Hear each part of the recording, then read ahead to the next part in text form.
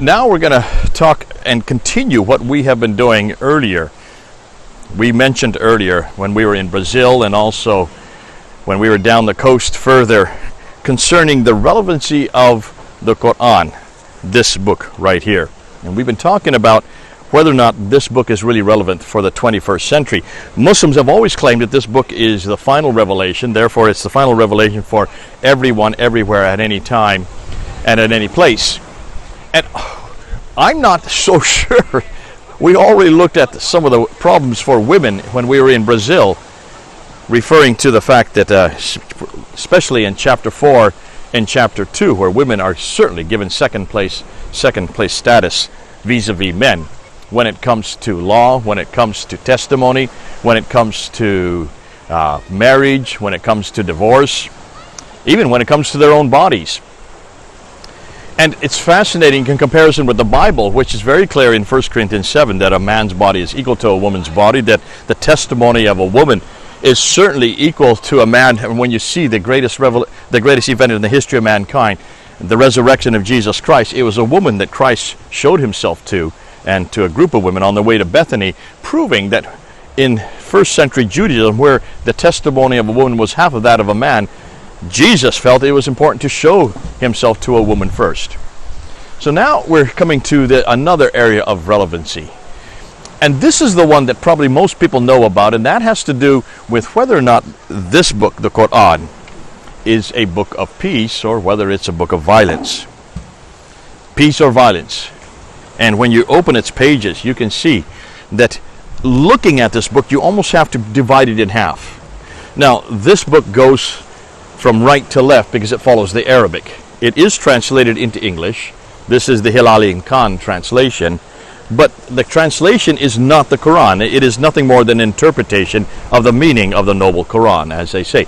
Most Muslims, and according to the editors of this one, the publishers, they are very clear that this book cannot be clearly translated. It can only be interpreted. So the English section is not the Quran, the Arabic. And so we're going to go to the Arabic and we're going to look at the Arabic. We're going to use English, obviously, since I'm speaking in English. But when you take a look at this book and you look at this half versus this half, the first half versus the second half, this is Medinan. Rule of thumb, most of the chapters and the verses in this are Medinan. The second half, rule of thumb, is mostly Meccan. There are some Medinan verses there are some Meccan verses here, but rule of thumb. And because of that, you need to almost contrast these two halves. Because when you look at this half, when you look at this part of the Quran, which is the Meccan surahs, you will find peaceful verses. Probably the one that Muslims like to claim the most. Verse 6. There's only 6 verses, and that's why the Meccan surahs are at the beginning. At the end, but they are first revealed at the beginning, according to Muslims, from 610 to 622. They are much shorter. Whoever put the Quran together, put the largest verses first and the smallest verses last. And so this is a very short verse, only 6 verses long. And at the very end, number 6, it says, "To you be your religion, and to me my religion." And that's really the best you're going to get in the Quran when you're talking about peace and violence. Now, there are other verses we're going to go to that Muslims claim. I remember when I was at the House of Lords, we were trying to confront the Islamic courts here in Britain quite a number of years ago. And in came Lord Ahmed into the House of Lords, and he put his books down, turned towards us, and he said, "Why are you even confronting us? For it says very clearly in the Quran that we are peaceful people, that there is no compulsion in religion."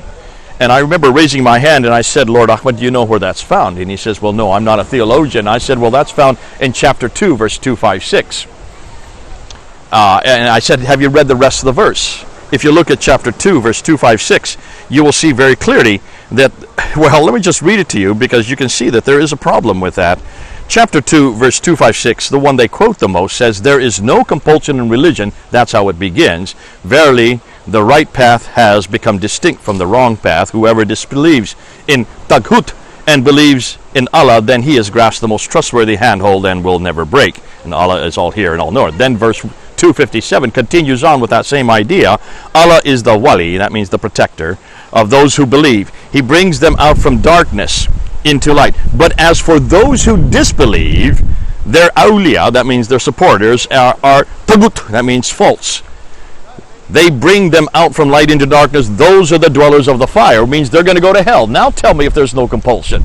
So when you read the very next verse, you will see that it completely contradicts chapter 2, verse 2, 5, 6. But this is not for us. This is not directed at us. It's directed at Muslims. It's warning Muslims. You are either a believer or you're an unbeliever. And if you are, there's no compulsion. However, if you disbelieve, you're going straight to hell. So in some ways, be careful about using that verse as Muslims. And so he then said, well, yes, but there is a verse in the Quran and that says that if you are attacked,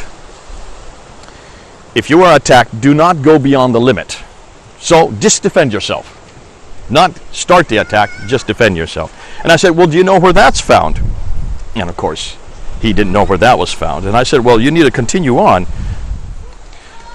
And I said, well, if you want to find out where that's found, you need to go to chapter 2, verse 190. In chapter 2, 190 is where you quote it. And it says, and fight in the way of Allah those who fight you, but transgress not the limits. So in other words, it looks like defend against those who are actually fighting you. So what limits are you not to go beyond? Why don't you continue reading? Read what it says after that. And kill them wherever ye find them, and turn them out from where they have turned you out. And al-fitna is worse than killing. And fight not with them and the al-masjid, unless they fight you there. But if they attack you, then kill them. So once you've killed me, what limits are you not to go beyond? So that's not really a peaceful verse. It's very much the eye for an eye and tooth for the tooth that you see in the Old Testament, which is also found in chapter 5 of the Quran as well.